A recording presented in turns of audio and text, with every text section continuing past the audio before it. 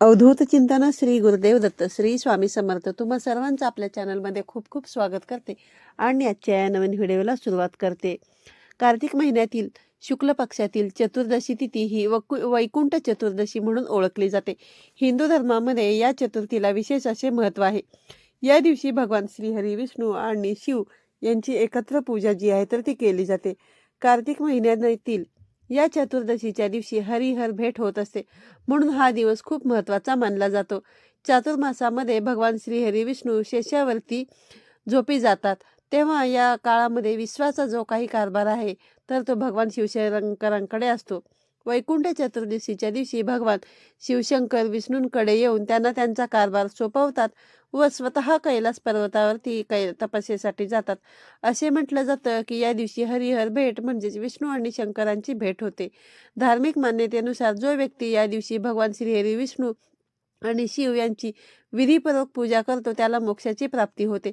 तसेच त्यांच्या आयुष्यातील सर्व दुःख दूर होतात आणि घरामध्ये सुख समृद्धी येते असे मानले जाते.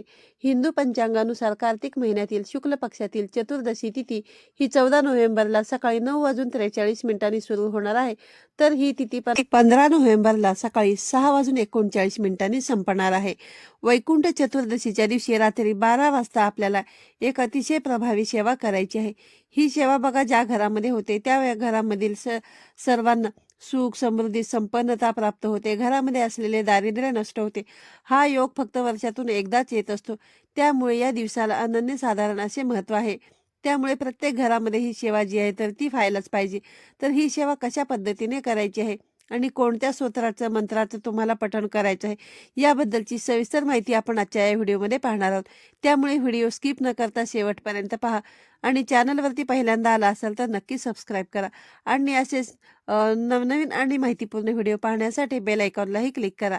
त्यामुळे जेव्हा कधी आपले नवीन व्हिडिओ अपलोड होतील तेव्हा त्याचे सर्वात अगोदर नोटिफिकेशन तुम्हाला मिळेल आणि तुम्ही एकही व्हिडिओ मिस करणार नाही.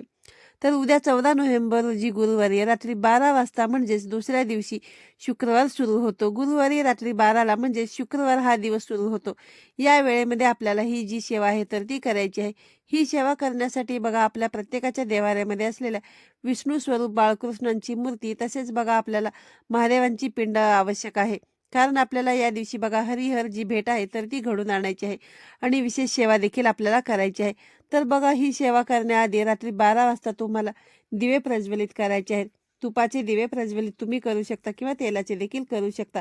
तर बघा आपल्या घराच्या मुख्य प्रवेशद्वारासमोर, त्याचबरोबर तुळशीसमोर, आपल्या देवघरासमोर आपण दिवाळीमध्ये बघा जे दिवे आणलेले आहेत मातीचे, त्यामध्ये तुम्ही पणतीमध्ये तेल, तूप किंवा फुलवाती लावून तुम्ही हे दिवे जे आहेत ते प्रज्वलित करायचे आणि हरिहर भेट जी आहे ती तुम्हाला घरामध्ये घडवून आणायची आहे.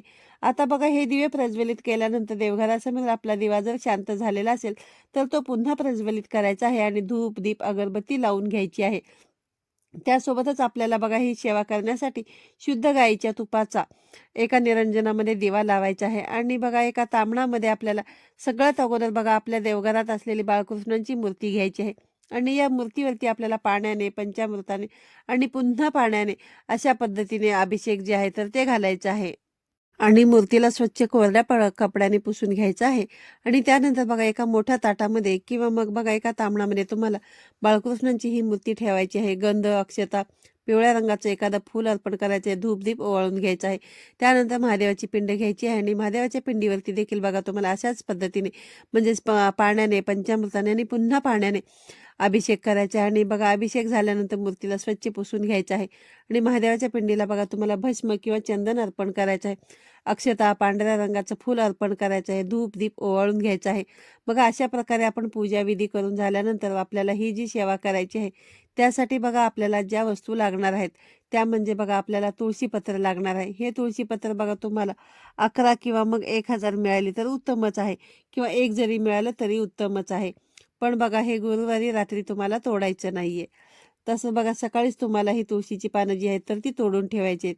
1000 तुळशीची पानं तुम्हाला मिळाली तर ठीकच आहे किंवा मग तुम्हाला जितकी तुळशीची पानं मिळतील तितकी तुम्हाला घ्यायची आहेत. त्याचबरोबर बघा तुम्हाला 108 बेलपत्र घ्यायचे आहेत. 108 बेलपत्र तुम्हाला नाही मिळाली तर 11 बेलपत्र किंवा 5 बेलपत्र देखील तुम्ही या सेवेसाठी घेऊ शकता. आता बघा सगळ्यात अगोदर तुळशीची पाने स्वच्छ धुवून घ्यायची आहेत आणि बघा आणि आपल्या जवळच असलेल्या एका ताटामध्ये बेलपत्र आणि तुळशीची पाने एकत्र ठेवायची आहेत. आणि बघा आपल्याला ही जी तुळशीची पानं आहेत अभिमंत्रित करून महादेवांच्या पिंडीवरती अर्पण करायची आहेत. तर बघा आपण वर्षभरामध्ये बघा कधीही महादेवांच्या पिंडींना किंवा महादेवांना तुळशीपत्र अर्पण करत नाही. पण वैकुंठ चतुर्दशी ही अशी तिथी आहे की बघा ज्या दिवशी महादेवांना आपण तुळशीपत्र अर्पण करत असतो, एरवी बघा आपण महादेवांना नैवेद्यावरती सुद्धा आपण तुळशीपत्र जे आहे तर ते ठेवत नाही. तर बघा म्हणूनच ही अशी एक संधी आपल्याला मिळालेली आहे, जी बघा वर्षभरातून आपल्याला फक्त एकदाच मिळत असते. या दिवशी बघा महादेवांना आपण तुळशीपत्र अर्पण करू शकतो. पण हे तुळशीपत्र आपल्याला कशा पद्धतीने अर्पण करायचे आहे, तर बघा जितकी तुम्ही तुळशीची पानं घेतलेली आहेत, त्या पानांना बघा तुम्हाला विष्णू सहस्रनामावली अभिमंत्रित करायचं आहे. ज्यामध्ये बघा विष्णूंचे 1000 नावं असतील. आता बघा ही नामावली तुम्हाला कशी पठण करायची आहे. बघा एक तुळशीपत्र तुम्ही श्रीहरी विष्णूंचं नाव घ्यायचं आहे आणि अर्पण करायचं आहे. ओम विष्णवे नमः असं म्हणायचं आणि ते तुळशीपत्र जे आहे ते अर्पण करायचे. त्यानंतर दुसरं पान घ्यायचं आहे आणि ओम केशवाय नमः, ओम माधवाय नमः असं म्हणत म्हणत तुम्हाला जितकी पानं तुमच्याकडे असतील तितकी पानं तुम्हाला अर्पण करायचे. त्यानंतर तुमची पानं संपली की मग बघा तुम्ही 11च पानं घेतलेली आहेत, तेवढी तुमची संपली की पुन्हा ती पानं उचलून घ्यायची आणि बघा त्यानंतर पुढची जी नावं आहेत ती नावं घेत तुम्हाला ते तुळशीपत्र जे आहेत तर ते महादेवांना अर्पण करायचे आहेत. किंवा मग बघा तुम्हाला एकच तुळशीपत्र जर मिळालं तर एकच तुळशीपत्र तुम्ही विष्णूंचे एक एक नाव घेत देखील अर्पण करू शकता. पुन्हा ते उचलायचं आणि पुन्हा ते अर्पण करायचं. तर असं करत करत बघा 1000 वेळा तुम्हाला विष्णूंची नावं घेत ते तुळशीपत्र जे आहे ते महादेवांना अर्पण करायचं आहे. बघा सगळ्यात शेवटचं श्रीहरी विष्णूंचे नाव पठण करून झाल्यानंतर बघा ते पान जे आहे ते तुम्हाला महादेवांना अर्पण करायचं आहे. आणि त्यानंतर बघा आपण जे काही बेलपत्र घेतले ते बेलपत्राचे जे देठ असते ते तोडून घ्यायचं आहे. आणि एक एक बेलपत्र जे आहे ते तुम्हाला भगवान श्रीहरी विष्णूंच्या स्वरूपानं म्हणजेच बाळकृष्णांना तुम्हाला अर्पण करायचे आहेत. हे अर्पण करत असताना तुम्हाला महादेवांची 108 नावं घ्यायची आहेत. ही बघा 108 नावं तुम्हाला नित्यसेवेचं पुस्तक असेल ना, त्या पुस्तकामध्ये तुम्हाला अगदी सहजपणे मिळून जातील. जर बघा तुम्हाला ती पुस्तक मिळालं नसेल तर मग तुम्ही काय करू शकता की यूट्यूबवरती लावून ठेवू शकता किंवा मग तुम्ही डायरेक्ट बघा गुगलवरून आहे ना अगदी सहज शोधलं तर तुम्हाला सहजपणे PDF मध्ये ते मिळून जाईल. किंवा मग बघा जर ही सेवा तुमच्या घरातील पुरुष मंडळी करत असतील तर ओम नमः शिवाय, ओम नमः शिवाय म्हणत हे जे बेलपत्र आहे हे बेलपत्र भगवान श्री हरी विष्णूंना तुम्हाला अर्पण करायचं आहे. आणि जसं मी तुम्हाला व्हिडिओमध्ये सांगितलं की बघा तुमच्याकडे जर 5च पानं असतील तर मग ती 5 पानं अर्पण केल्यानंतर ती पुन्हा उचलून घ्यायची आणि पुन्हा ती महादेवांना अर्पण करायची. अशा पद्धतीने तुम्ही महादेवांची 108 नावं घ्यायची आहेत आणि किंवा मग तुम्ही यूट्यूबवरती महादेवांची 108 नामावली जी आहे तर ती श्रवण करत ही सेवा केली तरी सुद्धा चालेल.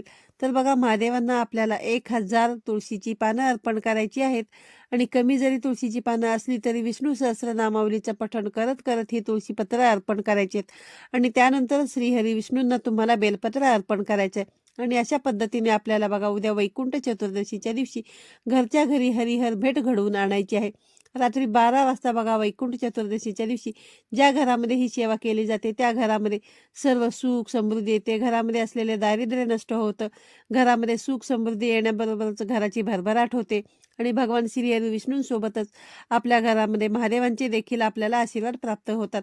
आता बघा दुसऱ्या दिवशी सकाळी आपल्याला ह्या तुळशीपत्राचं काय करायचं आहे, सोबतच बघा आपण जी बेलपत्र अर्पण केलेली आहेत तर त्याचं काय करायचं. तर ही तुळशीपत्र तुम्ही निर्माल्यामध्ये टाकून देऊ शकता किंवा एखाद्या झाडाच्या मुळाशी तुम्ही थोडीशी माती उकरून त्याच्यामध्ये ही तुम्ही दाबून ठेवू शकता किंवा तुमच्या घरातच ही तुम्ही पानं जी आहेत ना ती तुम्हाला घरातच ठेवायची, जेणेकरून ही तुम्ही केलेली सेवा आहे ती सेवा तुम्हाला लाभ मिळेल. तुमच्या घरामध्ये तुमच्या कुटुंबाभोवती एक संरक्षण कवच तयार होईल आणि तुमच्या घरामध्ये आर्थिक स्थैर्य देखील नांदेल.